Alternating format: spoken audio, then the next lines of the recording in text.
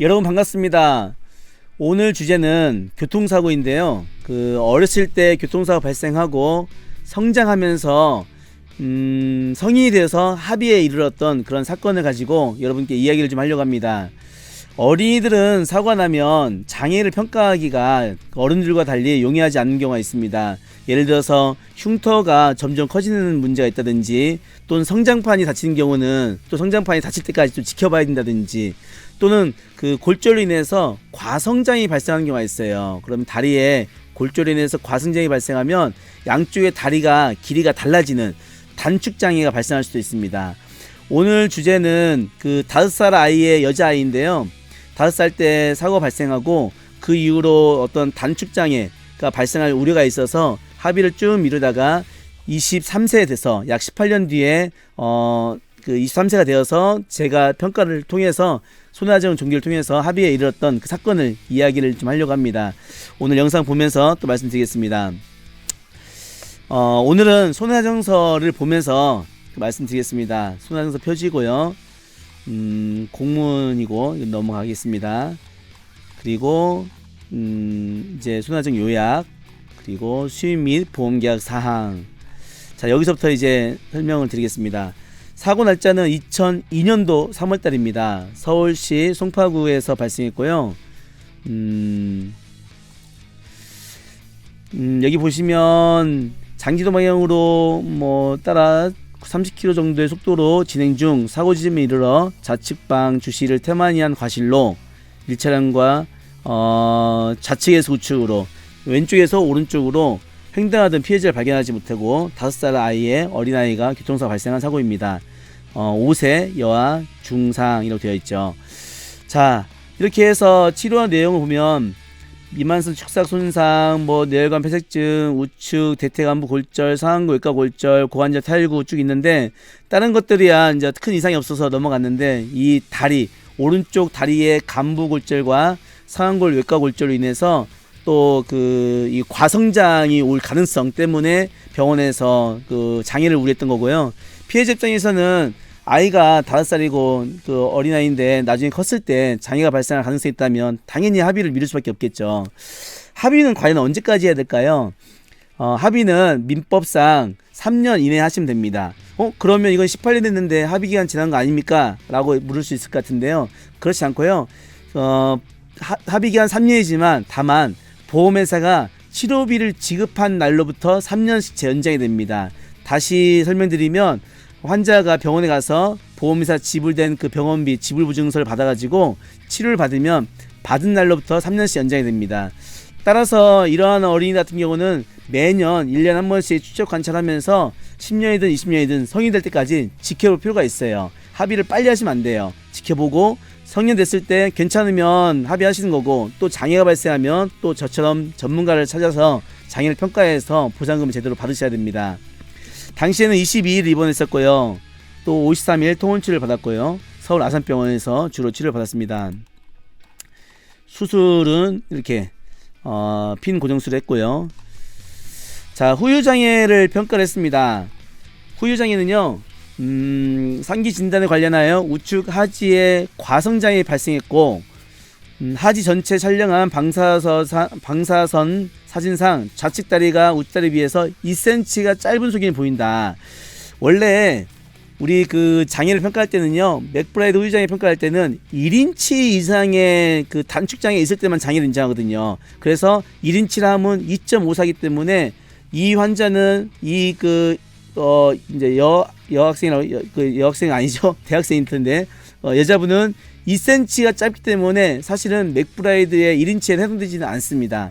하지만 우리 법원은요, 2cm, 2.54, 1인치에 해당되지 않는다고 해서 장애를 인정하지 않는 건 아니고, 그걸 감안해서 준용해서 평가를 합니다. 지금처럼 12% 장애인데 2.54인데 2cm 정도 짧다. 그렇다면 3분의 2 정도 감안해서 8%의 장애를 이렇게 인정하는 판례들도 많이 있습니다.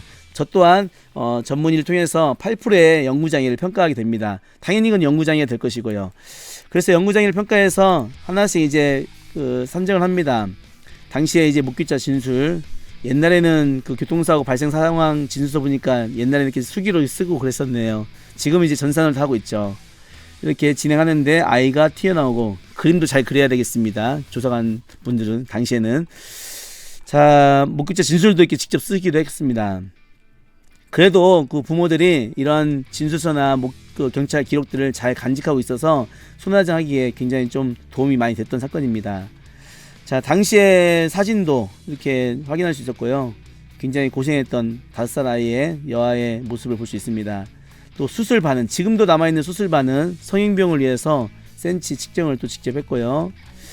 자, 이제 단축장애 이렇게 평가합니다. 단축장애 양측의 길이를 재서 2cm 짧은 것을 방사선 사진을 통해서 확인할 수 있습니다. 자, 책임 제한은 어린아이이긴 하기 때문에 이 도로를 횡단했기 때문에 무단 횡단에 대한 과실을 잡긴 해야 되는데요. 미취학 아동에 대해서는요, 그 본인의 과실이 아니라 보호자, 가모태만 과실이라고 해서 보호자에 대한 과실로 잡습니다. 그래서 통상 일반 도로일 때는 20% 정도 과실 잡고 있기 때문에 저 또한 피해자 과실을 20% 한정하고 가해자의 책임을 80%로 제한했던 사건입니다. 보호자의 자녀 가모태만 과실, 미취학 아동 어린아이에게 과실을 묻기에는 사례 분별력이 떨어지기 때문에 안 되기 때문에 과실을 물을 수 없는 것이고, 그 보호자, 만약에 보호자가 아닌 만약에 그 어린이집에 있었다면 그 어린이집 원장에게 그 보호태만 과실을 물어서 과실을 평가하죠. 자, 넘어가겠습니다.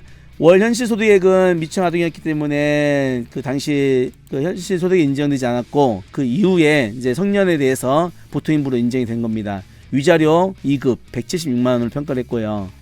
후유장애는 앞서 보신 것처럼 8% 영구장애 평가했고요. 그리고 치료비가 총 지급했던 게 316만원쯤 됐습니다. 장애진단비 20만원.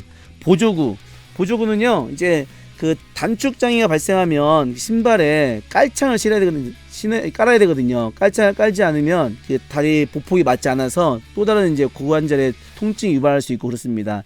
그래서 보조구 깔창 1년에 1, 2회 정도 필요하다고 하는 소견에 따라서 500만원 정도 인정을 했습니다. 1회 제작비가 30만원씩 해서 1년에 1, 2회씩 그 사용할 수 있는 연한에 따라서 평가를 하는 거죠. 총 보조구 비용은 500만원으로 인정을 했고요. 성형 비용은 390만원 정도 평가를 하게 됩니다. 성형 비용 한정한 자료입니다. 기타 손해배상금은 통원 일수에 따라서 8,000원씩 교통비를 또 지급하죠. 자, 이렇게 해서 다시 이제 과실 쭉 빼는 건데요. 이렇게 해서 위자료와 그 상실수익액, 기왕치료비, 상실수익액이 아무래도 8%에 대한 영구장애다 보니까 그 단위 금액이 크죠. 총 계산해서 20% 과실만큼 해서 4,100만원을 평가했던 사례입니다. 이 사건에 있어서 보험회사가 심사를 했는데요. 제가 평가한 것은 그 3분의 2, 장애율을 3분의 2에서 8%를 저희가 평가를 했지만 보험회사에서는 2분의 1 정도가 적정하다 해서 6% 정도 장애를 인정했던 사건입니다. 그래서 한 3천만원 좀 넘는 금액으로 합의가 이루어졌던 걸로 기억을 합니다. 자, 이제 영상을 마무리하겠습니다. 지난번에도 4살의 남자아이가 교통사고로 얼굴에 흉터가 발생해서 28살, 23년, 4년 지난 뒤에 우연히 저를 만나서 7천만원 이상, 8천만원 정도의 보상금을 받았던 사례를 올린 게 있었습니다. 이 사건도 5살의 여자아이가 성년이 돼서 장애를 평가해서 받은 사례입니다. 따라서 어린아이가 사고 나면은요, 합의를 보시더라도 후유장애인은 꼭 별도로 단서를 달아야 되고요. 만약에 합의를 안 보신다면 매년 추적 관찰하면서 과성장이 발생하지는 않는지, 또 성장판에 이상이 없는지, 또 흉터가 있다면 흉터가 더 커지진 않는지, 이런 것들을 지켜보고 성년이 된 다음에 합의를 꼭 하셔야 됩니다. 이 점 꼭 기억하셔서 어린이 사고 났을 때 섣불리 합의하시는 실수를 범하지 않기를 바라겠습니다. 오늘도 제 영상 끝까지 시청해주신 여러분 진심으로 감사합니다. 고맙습니다.